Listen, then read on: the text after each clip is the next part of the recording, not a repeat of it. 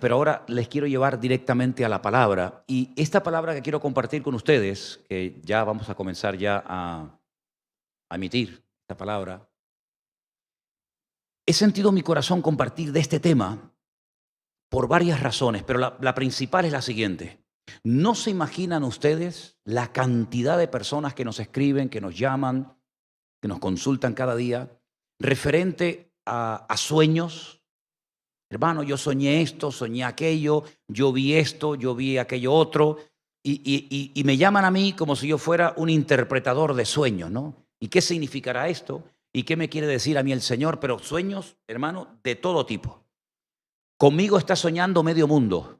Hermano, lo vi en no sé qué sitio, lo vi aquí, lo vi allá, lo vi con un niño en brazos, lo vi descalzo, lo vi vestido, lo vi subiendo una montaña, lo vi... Si conmigo está soñando todo el mundo, yo me imagino que también dormirán porque, madre mía. Y muchos me preguntan qué significan lo que sueñan. Y muchas veces hacen consultas, y yo lo digo con todo mi respeto, personas que al no tener una buena base bíblica, confunden emociones, confunden sentimientos, imaginación, buenos deseos incluso, con la voluntad de Dios. Y es que el ser humano tiene la capacidad de imaginarse cosas. Dios le ha dado al ser humano el cerebro que es capaz de recordar, que es capaz de reaccionar ante recuerdos, ante experiencias, y también tenemos la capacidad de imaginarnos cosas, ¿verdad? Yo sé que la imaginación juega un papel fundamental, sobre todo en los niños, que los niños se imaginan a veces cosas, ¿verdad?, que no son totalmente reales. Y nosotros tenemos que partir de la base de que sí, somos capaces de imaginarnos cosas, de recordar, de pensar cosas, pero no todo lo que nos llega a la mente es de Dios. ¿Cuántas veces he leído en los devocionales esa porción de Filipenses que dice, en esto pensad? ¿Saben que hay una porción en Filipenses que dice así, en esto pensad? Y uno dice, ¿en qué? Pues todo lo que es verdadero, todo lo justo, todo lo puro. Como dando a entender que lo que no entra por ese filtro, por esos parámetros, hay que descartarlos. Pensamientos a nuestra mente pueden llegar de todo tipo, pero es nuestra obligación decir esto es de Dios o esto no es de Dios. Sueños podemos tener, involuntarios, pero no significa, repito, que todo lo que soñemos, Dios nos está hablando a través del sueño. ¿Quiero decir con esto que Dios no puede hablarnos a través de sueños? No, no he dicho eso. Dios sí puede hablarnos a través de sueños, nos puede mostrar cosas, lo ha hecho en el pasado y lo seguirá haciendo, ¿verdad? Pero no todo lo que soñamos tiene por qué tener una interpretación bíblica, ¿verdad? A veces soñamos cosas porque hemos tal vez comido mucho o porque hemos estado viendo algo en una película, en un documental, o hemos mantenido una conversación y luego como el cerebro no para y no descansa, pues nuestro subconsciente pues saca a la luz pues cosas que no tienen nada que ver con la realidad. Entonces, ¿cómo podemos filtrar? ¿Cómo podemos saber si realmente todo lo que nos dicen, todo lo que sentimos, todo lo que vemos, todo lo que nos imaginamos, viene de parte de Dios o no viene de parte del Señor? Hay dos porciones que me gustaría leer en esta noche. La primera está en el Antiguo Testamento, capítulo 28 del libro del profeta Jeremías. Estoy leyendo este libro últimamente y es realmente extraordinario. Un libro hermoso. Un libro plagado de profecías, sobre todo profecías de advertencia, profecías, mensajes que utilizaba el Señor para llevar al pueblo al arrepentimiento, a la reflexión, a un cambio genuino y de esa manera evitar las desgracias que lamentablemente después les acontecieron. Y en el capítulo 28 hay una falsa, repito, una falsa profecía de un profeta poco conocido, pero que vamos a ver de quién se trata. Ahí tenemos la porción para leerla en esta noche. Jeremías, capítulo 28, versículo 1. Aconteció en el mismo año, en el principio del reinado de Sedequías, rey de Judá, en el año cuarto, en el quinto mes, que Ananías, pero fíjense que en el Nuevo Testamento, lo explicaba el otro día, hay 3 hombres que se llaman igual. hay un Ananías sin H, ¿vale? Un Ananías sin H que muere en la iglesia primitiva junto con su esposa por aquello que ya sabemos. Otro Ananías, discípulo del Señor fiel que vivía en Damasco, capital de Siria, que es el que ora por el apóstol Pablo para que recobre la vista. Y un tercer Ananías al final del libro de los Hechos, que era sumo sacerdote. Pero este Ananías, aunque suena igual, en hebreo no suena igual porque lleva una H, ¿vale? Pero era un profeta y menciona el nombre de su padre, Azur. Dice que era profeta de Gabaón. Me habló en la casa de Dios delante de los sacerdotes y de todo el pueblo. Es decir, allí está Jeremías en el templo y de repente este hombre, que dice la Biblia que era un profeta, y nos dice cómo se llamaba su padre y de dónde era, le da una palabra al profeta Jeremías. Y le dice así: así ha dicho el Señor, el Dios de los ejércitos, el Dios de Israel, quebranté el yugo del rey de Babilonia. Dentro de 2 años, quedaros con esta cifra, porque la repite, dentro de 2 años haré volver a este lugar todos los utensilios de la casa de Dios que Nabucodonosor, rey de Babilonia, tomó de este lugar para llevarlos a Babilonia. Ya Babilonia había atacado la ciudad y se había llevado los utensilios, los tesoros del templo, y ya había pasado un tiempo. Y ahora viene y dice que, bueno, sí es verdad, la ciudad ha sido atacada, como dijo el profeta Jeremías, el templo ha sido saqueado, pero que en 2 años las cosas van a cambiar. Que en 2 años van a regresar y Nabucodonosor va a devolver todos los tesoros del templo que ha robado. Esto es lo que le está diciendo él al profeta Jeremías. Y yo haré volver a este lugar a Jeconías, hijo de Joacín, que era el rey de Judá, y a todos los transportados de Judá que entraron en Babilonia, dice el Señor, porque yo quebrantaré el yugo del rey de Babilonia. Entonces respondió el profeta Jeremías al profeta Ananías, delante de los sacerdotes y delante de todo el pueblo que estaba en la casa de Dios. Y dijo el profeta Jeremías: amén, amén. Así haga el Señor. Confirme el Señor tus palabras, con las cuales profetizaste que los utensilios de la casa del Señor y todos los transportados han de ser devueltos de Babilonia a este lugar. Bueno, si esta es una palabra de Dios, pues esperemos que se cumpla. Con todo eso, oye ahora esta palabra que yo hablo en tus oídos y en los oídos de todo el pueblo. Los profetas que fueron antes de mí y antes de ti en tiempos pasados, profetizaron guerra, aflicción y pestilencia contra muchas tierras y contra grandes reinos. El profeta que profetiza paz, cuando se cumpla la palabra del profeta, será conocido como el profeta que el Señor en verdad envió. Es decir, profetizar y decir cosas bonitas, todo el mundo las puede hacer, pero que se cumplan es otra cosa muy diferente. Así que si has profetizado esto, pues esperaremos que así sea. Entonces, el profeta Ananías quitó el yugo del cuello del profeta Jeremías y lo quebró. Y habló Ananías en presencia de todo el pueblo diciendo: así ha dicho el Señor, de esta manera romperé el yugo de Nabucodonosor, rey de Babilonia, del cuello de todas las naciones dentro de 2 años. Otra vez menciona una fecha. En 2 años arregla todo. Y siguió Jeremías su camino, como diciendo: vale, está bien. Tú has dicho esto, yo doy media vuelta y me marcho. Pero fíjense lo que pasa. Después de que el profeta Ananías rompió el yugo del cuello del profeta Jeremías, vino palabra de Dios a Jeremías diciendo: ve y habla Ananías diciendo: así ha dicho el Señor. Yugos de madera quebraste, mas en vez de ellos harás yugos de hierro. Porque así ha dicho el Señor de los ejércitos, el Dios de Israel: yugo de hierro puse sobre el cuello de todas estas naciones para que sirvan a Nabucodonosor, rey de Babilonia, y han de servirle, y aún también le he dado las bestias del campo.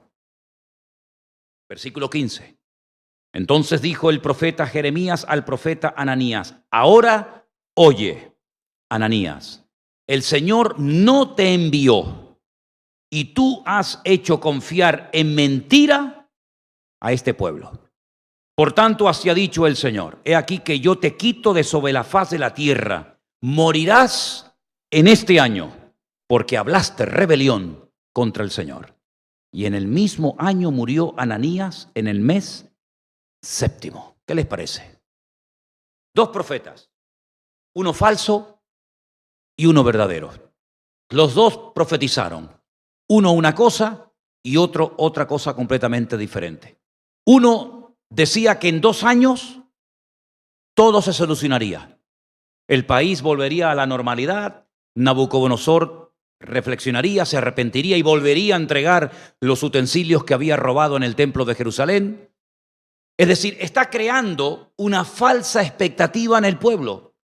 Porque claro, a mucha gente seguramente le gustó muchísimo la palabra profética que este hombre estaba dando. La Biblia no dice en ese momento que fuera un falso profeta, dice que era un profeta, pero un profeta que no estaba hablando en nombre de Dios.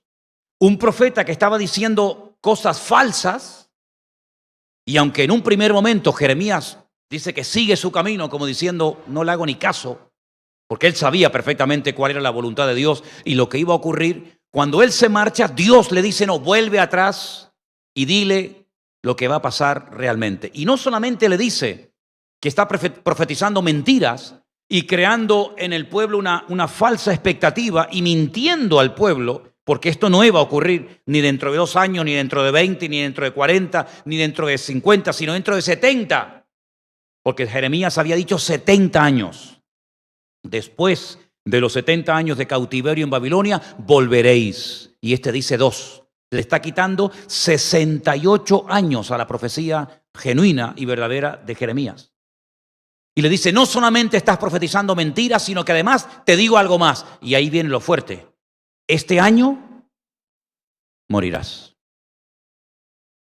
Y ese año dice la Biblia que en el mes séptimo, este profeta llamado Ananías, con H, murió. Claro, si uno estuviera allí y oyera a uno y oyera al otro, al no tener la Biblia en la mano, al no tener como nosotros hoy en día, gracias a Dios, tenemos el Espíritu Santo viviendo, morando en nuestros corazones, ¿cómo podía uno discernir cuál de los dos decía la verdad? ¿Cuál de los dos mentía? Porque lo que no puede ser es que los dos estaban diciendo la verdad. Porque la diferencia entre uno y otro era enorme. Este dice que en 70 años volveremos. Y otro dice que en 2. ¿Cuál de los dos miente? ¿Cuál de los dos dice la verdad? Gracias a Dios, hoy en día no tenemos por qué vernos en este dilema, porque tenemos la palabra de Dios por escrito. Tenemos el Espíritu Santo en nuestros corazones. Y tenemos la gran ventaja de formar parte de una iglesia del cuerpo de Cristo, donde el Señor cada semana, cada cierto tiempo, nos habla, nos instruye y nos pone la enseñanza imprescindible y fundamental para que en el supuesto caso de que nos viéramos en esta situación, que uno predica una cosa y otro predica otra, supiéramos en todo momento, y además de todo esto, dicho sea de paso, hay un don del Espíritu Santo que es el discernimiento de espíritus, que podemos comprobar en todo momento si lo que se nos está diciendo desde este púlpito o desde cualquier otro es palabra de Dios, es verdad, es bíblico, está revelado, está escrito o es falso. Y son simplemente imaginaciones y buenas intenciones de la persona que está compartiendo. En el Nuevo Testamento, el Señor Jesucristo contó en una ocasión una historia que nos viene muy bien para seguir en esta línea. Se encuentra en Mateo capítulo 7 y es la famosa historia que vamos a leer a continuación. Cualquiera pues que oye estas palabras y las hace, le compararé a un hombre prudente. Fíjense el título que se le da a una persona que oye y que pone en práctica la palabra. Lo llama la Biblia hombre prudente. Quédense con esta expresión, porque después un poquito más adelante, vamos a encontrar que el Señor, al que oye la palabra y no la pone en práctica, lo llama de una forma diferente. Pero hombre prudente es el que oye las palabras y las pone en práctica. Dice, le compararé a un hombre prudente que edificó su casa sobre la roca. Sobre la roca. Descendió la lluvia, vinieron ríos, soplaron vientos y golpearon contra aquella casa. Y no cayó. ¿Por qué? Porque estaba fundada sobre la roca.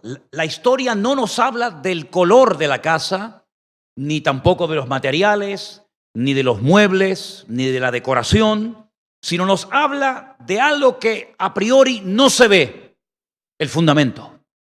Pero es lo que va a marcar la diferencia entre este hombre prudente y el hombre a continuación. Dice, pero cualquiera que me oye estas palabras y no las hace, también lo compara, pero no con un hombre prudente, sino ahora ¿con quién? Con un hombre insensato. Así que hombre prudente en la Biblia es el que oye y pone en práctica la palabra. Y hombre insensato, él es el que también oye, pero no pone en práctica la palabra. Y entonces dice que es como el que edifica una casa sobre la arena. Y la terminó, empezó y la terminó. Pero, igual que la otra, descendió la lluvia, vinieron ríos, soplaron vientos, dieron con ímpetu contra aquella casa, igual que la anterior, pero esta cayó, la otra no. Y fue grande su ruina. Cuando terminó Jesús estas palabras, la gente se admiraba de su doctrina. Porque en aquella ocasión, porque les enseñaba como quien tiene autoridad y no como los escribas. Porque cuando el Señor Jesucristo está dando esa palabra, nunca la habían oído. Yo sé que todos en esta noche, tanto los que están aquí como los que nos están viendo en sus hogares, esta palabra ya la conocían, ya la habían leído, la habían escuchado. Pero cuando Jesús cuenta esa historia y hace esa comparación entre un hombre y otro, era la primera vez en su vida que una audiencia escuchaba semejante enseñanza. Esa y todas las que el Señor dio. Y se quedaban admirados porque nadie en su época enseñaba, primero, con la autoridad con la que él enseñaba, y en segundo lugar, lo claro, los ejemplos que ponía. Él no copió nunca a nadie, él no imitó a ningún ministerio, ni siquiera a profetas del Antiguo Testamento. Las ilustraciones, los ejemplos, las parábolas, las cosas que contaba eran genuinas de él, salían del corazón. Y por eso la gente se quedaba admirada, porque nunca en la vida habían escuchado a un maestro de tal envergadura. Claro, nosotros hoy en día escuchamos cualquier parábola, cualquier historia, cualquier porción de la Biblia y ya la hemos oído 1000 veces. Pero qué privilegio aquellas personas cuando por primera vez en la vida oían este tipo de historias, de parábolas, el Sermón del Monte, etcétera, etcétera. ¿Por qué he buscado estas dos porciones, una en Jeremías y otra en el Nuevo Testamento? Porque hay algo que tienen en común. En el Antiguo Testamento, como dije antes, al no tener la palabra, todo el mundo tener acceso a la palabra, sino unos cuantos privilegiados. De hecho, por eso tenían que ir a las sinagogas y al templo para poder escuchar la palabra. Y al no tener el Espíritu Santo en sus corazones, dependían totalmente del hombre, en este caso del profeta. Y si tenían la bendición de que el que les ministraba, el que les enseñaba, el que les predicaba, era un hombre de Dios, gloria a Dios, gloria a Dios. Pero si tenían la desgracia, como tuvieron estos, de oír a montones, multitudes de profetas falsos, podían llevar el pueblo a la ruina. Estando en el cautiverio, resulta de que un falso profeta manda una carta desde el cautiverio a los que se quedaron en Jerusalén, porque no fueron llevados todos. Y fíjense en este capítulo que hemos leído en esta noche, que era el capítulo 28, ¿verdad? En el capítulo 29 hay una persona que está en Babilonia, que sabe que Jeremías sigue predicando la palabra, sabe que Jeremías sigue diciendo que hasta los 70 años nadie volverá otra vez a Jerusalén. Y miren lo que pasa. En el capítulo 29 Versículo 25 dice, así habló el Señor de los ejércitos, Dios de Israel, diciendo, tú enviaste cartas en tu nombre a todo el pueblo que está en Jerusalén y al sacerdote Sofonías, hijo de Maasías, y a todos los sacerdotes, diciendo, el Señor te ha puesto por sacerdote en lugar de Joiada para que te encargues de la casa de Dios, de todo hombre loco que profetice, poniéndolo en el calabozo y en el cepo. Es decir, había todavía profetas dentro y fuera de Jerusalén, algunos en el cautiverio, que no querían bajo ningún concepto que Jeremías siguiera predicando lo que estaba predicando. Claro, no era popular lo que él decía. Lo que Jeremías enseñaba a la gente no le hacía ninguna gracia, porque muchos llegaron a creer que Jerusalén nunca caería, que Jerusalén nunca sería tomada por el enemigo y que el templo jamás sería destruido, pero se equivocaron. Se equivocaron porque creyeron en falsas profecías, porque estuvieron confiados en una mentira que les enseñaban los falsos profetas y ellos creían que eran palabras verdaderas. La Biblia dice que en los últimos tiempos, ¿cuántos de los que están aquí saben que ya estamos en los últimos tiempos? Amén. Pues hay una palabra para los cristianos, para los creyentes de los últimos tiempos, como somos nosotros, y dice así, pero dice el Espíritu claramente que en los postreros tiempos algunos apostatarán de la fe escuchando a espíritus engañadores. Y por tener la conciencia cauterizada, prestarán atención a fábulas y a mensajes que no tienen nada, absolutamente nada que ver con la verdad. El mundo espiritual en el cual creemos y sabemos que es tan real como el mundo material en el cual nos desenvolvemos a diario, está revolucionado. Porque saben, porque disciernen, porque se mueven en un nivel diferente al nuestro. Y vamos a ver cosas extrañas en el mundo espiritual en los últimos tiempos. El Señor Jesucristo dijo, cuando fue preguntado por sus discípulos, ¿qué señal habrá de tu venida y del fin del siglo? Él habló de falsos cristos. Sabemos que la palabra Cristo, Mashiach, ungido, no es un nombre, es un título. Es decir, que vendrían, aparecerían en el mundo falsos ungidos. Y los falsos ungidos, los falsos mesías, los falsos profetas, ¿dónde lo tienen más fácil para seducir, para engañar a la gente? ¿En un supermercado, en un centro comercial, en un estadio de fútbol o en las iglesias? Sin lugar a dudas, en las iglesias. Porque un falso profeta va a un estadio a ver un partido de fútbol y ni la gente se entera que está allí y no tiene ningún mensaje que dar. La gente está pendiente del espectáculo, del deporte, de lo que está sucediendo en la cancha. Un falso profeta va, por ejemplo, a un centro comercial y nadie sabe que hay allí en el centro comercial un falso profeta porque no es el lugar idóneo, no es la plataforma para que este hombre dé a conocer el mensaje falso que tiene.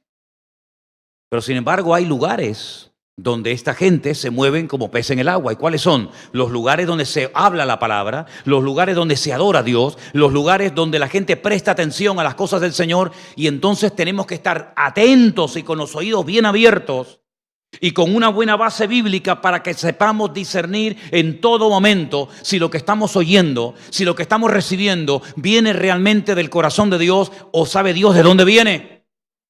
Y no nos tenemos que sorprender porque es una de las señales de los últimos tiempos. Falsos profetas, falsos mesías, falsos ungidos, falsas enseñanzas que tratarán de arrastrar, como dice Pablo, a las almas inconstantes. ¿Y quiénes son los cristianos inconstantes? Aquellos que no tienen un buen fundamento.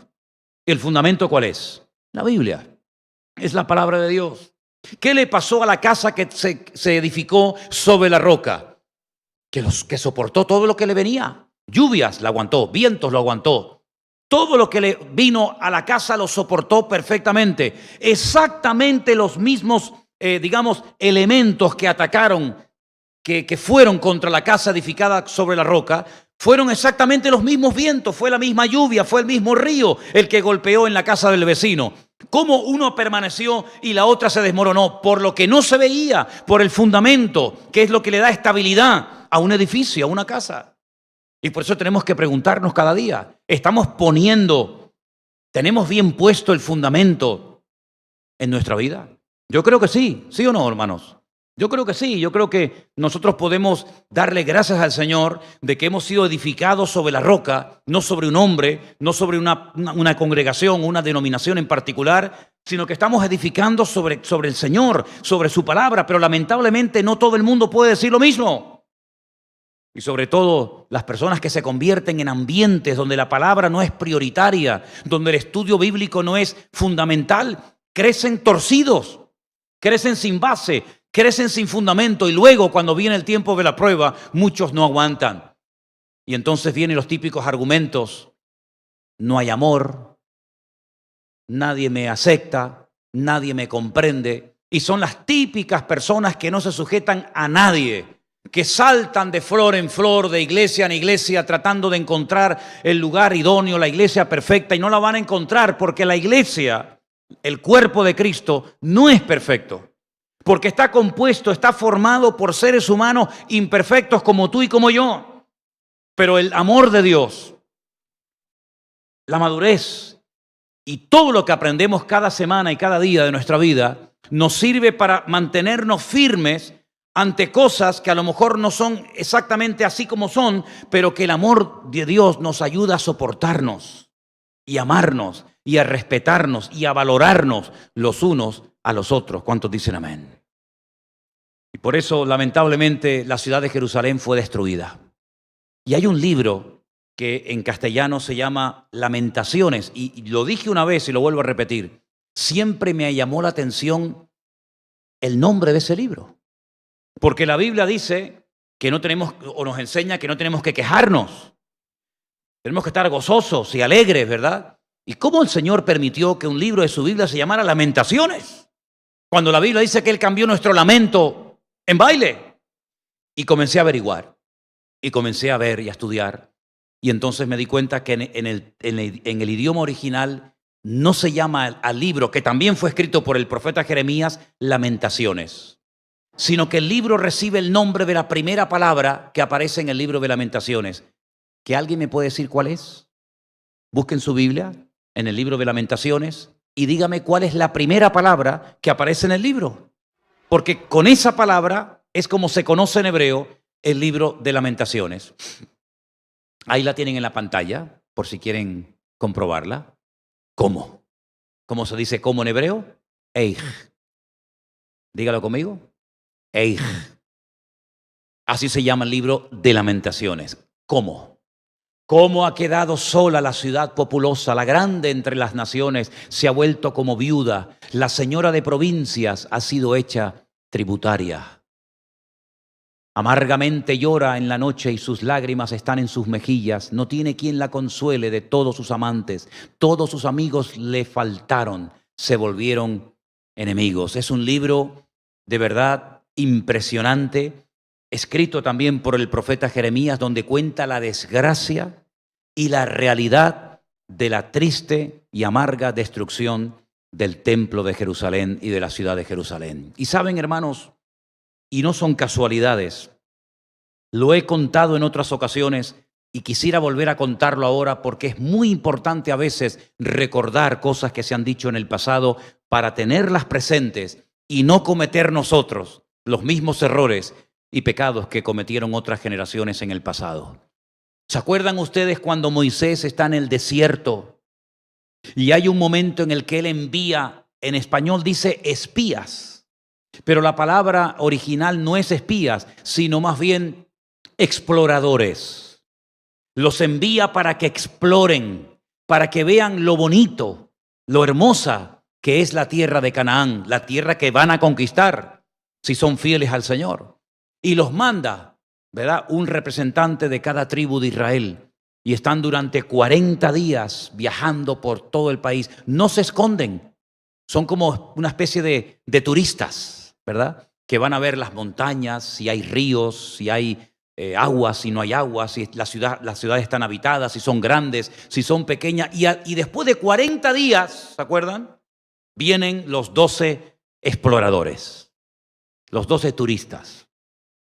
Y entonces el pueblo está expectante porque aún no han entrado a tomar posesión de la tierra y están esperando ansiosamente el informe de estos 12 hombres. Todos conocemos la historia, ¿sí o no? 10 de ellos trajeron un informe tan negativo que desmoralizaron, desanimaron al pueblo de una forma tan tremenda que se querían volver a Egipto porque decían que la tierra tragaba a sus moradores, que la gente era enormemente alta y ellos parecían como pequeñitas langostas en comparación con ellos. En fin, y aunque trajeron muestras del fruto de la tierra, desmoralizaron al país de tal manera que esa noche dice que estuvieron toda la noche en sus tiendas de campaña llorando y lamentándose. Qué tremendo. Solamente dos, ¿se acuerdan los nombres de esos dos?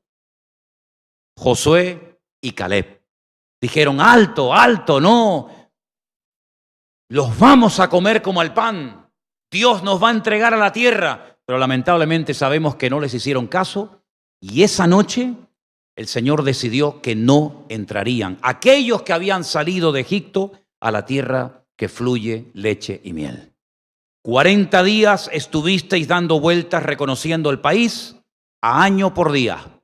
40 años estaréis dando vueltas y vueltas y vueltas en el desierto, hasta que toda esta generación muera y serán vuestros hijos los que nazcan en el desierto, los que entrarán a la tierra prometida. ¿Sabéis que esa noche, sabéis que ese día que se quejaron de la tierra prometida era el día que se llama Tisha B'Av, el día 9 de un mes que se llama Av, por los cálculos que se han hecho? ¿Sabéis que cuando Nabucodonosor destruyó y quemó el templo de Jerusalén y deportó a miles de personas y mató a otras también en Jerusalén, sabéis que ese día fue el día 9 del mes Av? El Tisha, que se dice en hebreo 9, Tisha, 9 del mes Ab. ¿Sabéis que en el año 70, después de Cristo, en el segundo templo, aquel templo hermoso que conoció el Señor Jesucristo y los discípulos, ¿verdad?, fue destruido por las legiones romanas el día 9 del mes Ab? ¿Sabéis que los reyes católicos en 1492 firmaron un decreto de expulsión del territorio español a menos que se convirtieran al catolicismo, y expulsó a miles de judíos de España y firmó el decreto el día 9 del mes Ab? ¿Sabéis que las peores desgracias y las peores tragedias, que serían incontables, que le ha sucedido a ese pueblo, siempre han ocurrido en el día 9 del mes Ab? ¿Casualidad? No. ¿Llorasteis sin motivo? Yo os daré motivos para que lloréis. ¿Os habéis quejado de una tierra hermosa que yo había preparado para ustedes? Os saqué de la esclavitud en Egipto. Os convertí en mi pueblo. Yo quería ser vuestro Dios. Me habéis rechazado a mí y a todo lo que yo represento y tengo y os ofrezco. Por lo tanto, no sois merecedores de la bendición de la tierra de Canaán, de la tierra prometida. Se la daré a vuestros hijos y a vuestra descendencia, y los dos únicos que podrán pisarla y disfrutarla son aquellos dos que no se quejaron, sino que dieron gloria a Dios, que dijeron que se podía conquistar la tierra, aunque es verdad que había gigantes, aunque es verdad que había obstáculos, pero también es verdad que nuestro Dios es más grande que los gigantes y los obstáculos que encontremos. Y a Josué y Caleb Dios le dio el privilegio con 80 años de entrar a la tierra prometida y poder disfrutar de aquella parte del mundo. ¿Cuántos dicen amén? Josué, cuando entra a la tierra prometida, dice: dame aquel monte donde viven los gigantes. En ese monte, que era lo que se conoce hoy en día como la ciudad de Hebrón, vivían los hijos de Anac, unos hombres inmensamente altos, de una estatura descomunal. Pero no solamente él hacía referencia a aquellos gigantes físicos que amedrentaban al pueblo de Israel y que lo hicieron hasta los tiempos del rey David, sino que también estaban allí enterrados los gigantes de la fe.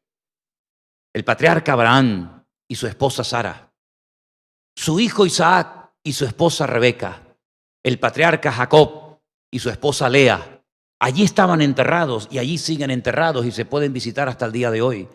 Es decir, hermanos, cuando nosotros ponemos nuestra fe en el Señor, en su palabra y en sus promesas, podemos discernir el bien del mal, podemos estar firmes contra las acechanzas del diablo, podemos saber qué es lo que a Dios le agrada y qué es lo que Dios abomina. Y no tenemos miedo de cosas raras que nos cuenten, de malas noticias. No tenemos temor de sueños que a lo mejor vienen a perturbarnos nuestro descanso durante la noche, sino que podemos dormir en paz y vivir en paz y comportarnos toda nuestra vida con una seguridad tremenda. ¿Por qué? Porque sabemos que nuestro Dios va a cuidar de nuestras vidas. Y en estos tiempos raros, difíciles, extraños, peligrosos, en los cuales nos ha tocado vivir, porque Dios así lo ha querido, el Señor nos va a cuidar. Siempre lo ha hecho y siempre lo hará con los que creen en Él. Cuidó de Noé, cuidó de Moisés, cuidó de David, cuidó de Daniel, cuidó de sus discípulos, cuidó de su amada iglesia. 2000 años lo podemos demostrar que la iglesia ha sufrido ataques, ha sufrido persecuciones, ha sufrido de todas las cosas habidas y por haber, pero la iglesia sigue en pie y nosotros seguiremos en pie porque tenemos los pies puestos sobre la roca, y la roca no es el pastor, la roca no es la iglesia, la roca es Él, y a Él toda la gloria y toda la honra. ¿Cuántos dicen amén? Así que como nunca antes tenemos que agarrarnos a Él, leer su palabra y filtrar todo. No es que yo vi, es que yo sentí, es que a mí me dijeron. Mire, no me interesa. A mí lo que me interesa, y más hoy en día, es saber lo que mi Señor reveló en su palabra, y eso es lo que yo tengo que creer y a lo que me agarro en el nombre de Jesús. ¿Cuántos dicen amén? Cierra tus ojos ahí donde estás. Vamos a orar a nuestro buen Dios, confiar en Él y Él hará. No tener temor de nada ni de nadie. Pueden criticar, pueden calumniar, pueden hacer lo que quieran, pero dice la Biblia que mayor es el que está en nosotros que el que viene contra nosotros. Y una vez más te damos la gloria, la honra, la alabanza y todo reconocimiento a ti, mi Señor, porque tú eres el que ha traído estabilidad y firmeza a nuestra vida. Tú eres el que nos sustentas con el poder de tu diestra. Tu brazo, oh Dios, no se ha cortado. Y por eso te pedimos que nos sigas cuidando y sustentando en este tiempo. Y que tú cuides de todos tus hijos en todas partes del mundo. Y que tu amada iglesia esté avivada y despierta y atenta, sabiendo, Señor, las cosas que van a ocurrir en breve, pero también sabiendo que tú cuidarás a todos aquellos que confiamos y hemos puesto nuestra vida en tus manos. En el nombre bendito de Jesús. Amén y amén. Gloria a Dios. Y hermanos, quiero también aprovechar la oportunidad para decir...